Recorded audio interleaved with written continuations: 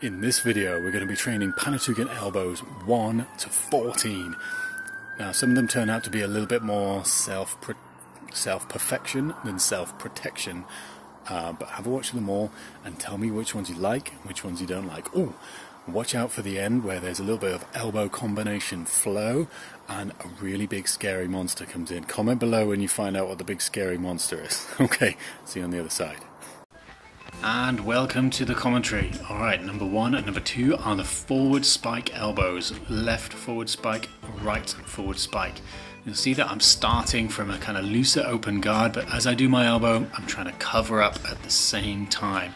This is because if I'm in range to elbow my enemy, they're in range to elbow me too, and I want to have a big, strong, solid structure. Forward spike. 3 and 4. Uppercut elbow. So now these are cutting elbows with the blade edge of the elbow itself. Having to dip down and rise back up. It's a little exaggerated, but just so you can see the motion here, that's the reason for the exaggeration. Again, same thing. As I do the elbow, I'm covering up by putting my palm right onto my skull, and the side that is not elbowing is also covering too. Alright, uppercut elbow.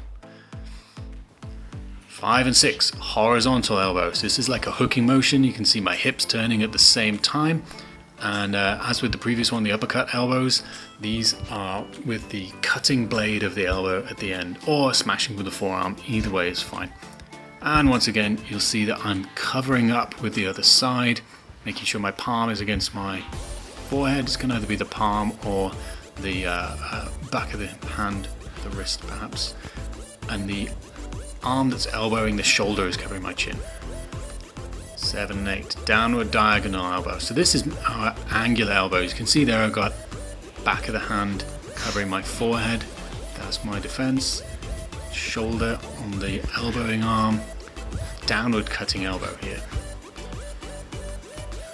Same thing, hips going into the motion. It's quite close range. You can do this stepping in, can do this part of a combination, whatever it is.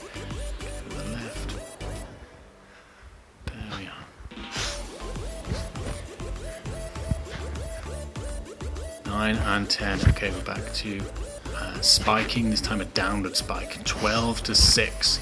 And this one, I make sure that my body rises up so that I'm spiking downwards with some body weight behind it.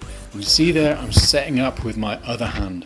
So it's almost like I've climbed up slightly higher than where my target is, whatever the thing is that I'm hitting, and I'm spiking down with the other side. Just trying to get a whole load of momentum into that spike there. Rising up, spiking down.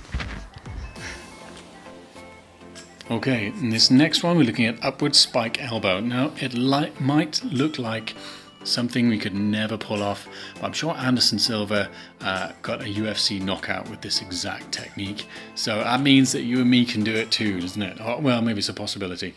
Whatever it is, it's useful to have at least the idea of this technique in your toolbox. So if you do end up in some weird situation where that little spiky back elbow is the right thing to do at the time, at least you got some idea and it's not completely alien. Okay, next one we're looking at spin and spike elbow, or spin and back elbow. You need to step across to get the spin, look where your target is going to be, step across, look at the target and elbow it. And again, this one, it seems like it's quite high level, but you do see it happening in Muay Thai matches, professional rules Muay Thai where elbows are allowed. Spin on the inside and rear elbow. Maybe if you've missed a kick, that makes sense to follow up with a close range elbow and a spin. You can change the angle if you want to, over the top or underneath. Yeah. Next one, we're looking at grabbing an arm and wrenching onto the elbow or just hitting the tricep. This is not a full-on arm bar as in a submission, but I'm just looking to hit the arm and see if I can tweak it or at least just hurt the tricep. This is to do with defanging the snake, a very strong Kali principle. And here, if I've still kept hold of the arm, I'm going to grab on the tricep sandwich and elbow on the bicep. So looking to cause some double pain in response to somebody trying to punch me or push or whatever. We're in a fight, I'm going to try and damage your tools. Okay, and here we are with a little bit of elbow flow, just messing around, just chilling out, and putting together some elbows and some combinations. Enjoy, I'll leave you to it. Alright, bye bye.